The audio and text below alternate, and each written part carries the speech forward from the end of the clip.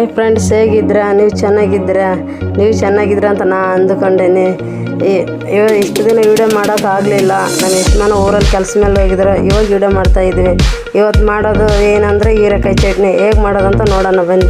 ಹೀರೆಕಾಯಿ ಚಿಕ್ಕದು ಎಳೆದು ಕೊರ್ಕೊಂಡು ಕಟ್ ಮಾಡ್ತಾ ಇರ್ಬೇಕು. ಸಣ್ಣದು ಕಟ್ ಮಾಡಿಬಿಟ್ಟು ಈ ಹೀರೆಕಾಯಿಗೆ ಈ ಚಟ್ನಿನೆಲ್ಲ ಈ ಥರ ಸಣ್ಣದು ಕಟ್ ಮಾಡ್ಕೋಬೇಕು. ಚಾಕು ತೊಗೊಂಡು ಒಂದು ತಟ್ಟೆದಲ್ಲಿ ಇಟ್ಕೊಂಡ್ವಿ ನಾವು. ಸಣ್ಣ ಸೈಜ್ ಕಟ್ ಮಾಡ್ಕೋಬೇಕು ನಾವು. ಈ ಥರ ಸಣ್ಣದಾಗಿ ಕಟ್ ಮಾಡ್ಕೊಕತ್ತೀವಿ ನಾವು. ಸಿಕ್ಸ್ ಸೈಜ್ ಬೇಕಂದ್ರೆ ಸಿಕ್ಸ್ ಸೈಜು, ದೊಡ್ಡದಂದ್ರೆ ದೊಡ್ಡದು. ನಮಗೂ ಸಣ್ಣದಾಗಿ ಕಟ್ ಮಾಡ್ಕೊಕತ್ತೀವಿ ನೋಡಿ. ಈ ಥರ ಕಟ್ ಮಾಡ್ಕೋಬೇಕು.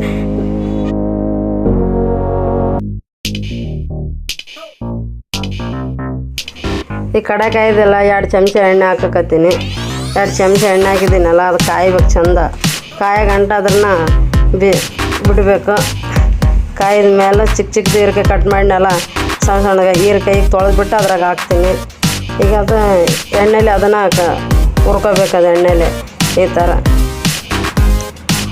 ಅದ್ರಾಗ 4 ಮೆಣಸಿನ್ಕಾಯಿ, ಹಸಿಮೆಣ್ಸಿನ್ಕಾಯಿ, ಒಂದು 4 ಚಿಕ್ಕ ಈರುಳ್ಳಿ, ಸಾಂಬಾರು ಈರುಳ್ಳಿ,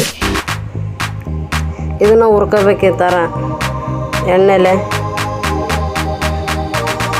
ಈ ಥರ ಕೈ ಆಡಿಸ್ತಾನೆ ಇರಬೇಕು. ಅದರಲ್ಲಿ ಕರಿಬೇವು ಸ್ವಲ್ಪ, ಕೊತ್ತಂಬರಿ ಸ್ವಲ್ಪ,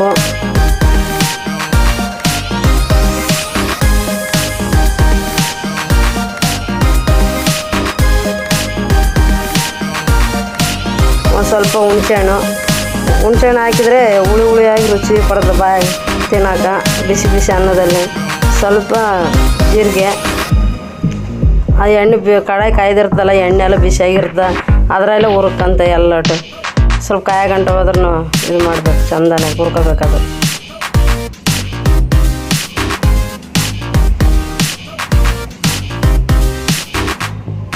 ಈಗೆಲ್ಲ ಮಿಕ್ಸ್ ಮಾಡ್ಬೇಕು ಈ ಥರ ಎಲ್ಲಟು.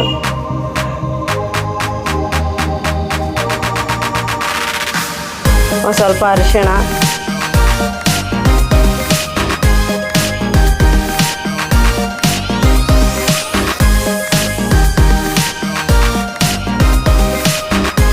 ಆಯ್ತು ಹುರ್ಕೊಂಡು ತಣ್ಣಗಾಗಂಟ ಬಿಡಬೇಕಿದು. ಈಗ ಒಂದು ಮಿಕ್ಸಿ ತೊಗೋಬೇಕು. ಆ ಮಿಕ್ಸಿಯಲ್ಲಿ ಹಾಕ್ಕೊಂತೀನಿ. ಎಲ್ಲ ತಣ್ಣಗಾಗಿದೆ ಎಲ್ಲಟು. ಒಂದು ಸ್ವಲ್ಪ ಕಡಲೆ ಬೀಜ, ಒಂದು ಸ್ವಲ್ಪ ಉಪ್ಪು,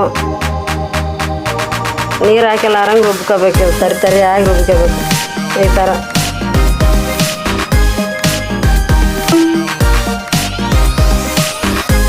ಈ ಚಟ್ನಿ ಎಲ್ಲ ರೆಡಿ ಆಗಿದೆ ನೋಡಿ. ಈಗ ಅನ್ನದಲ್ಲಿ ಹಾಕಿದ್ದೀನಿ. ಬಿಸಿ ಅನ್ನದಲ್ಲಿ, ಚಪಾತಿಯಲ್ಲಿ, ಪೂರಿಯಲ್ಲಿ ಎಲ್ಲದರಲ್ಲಿ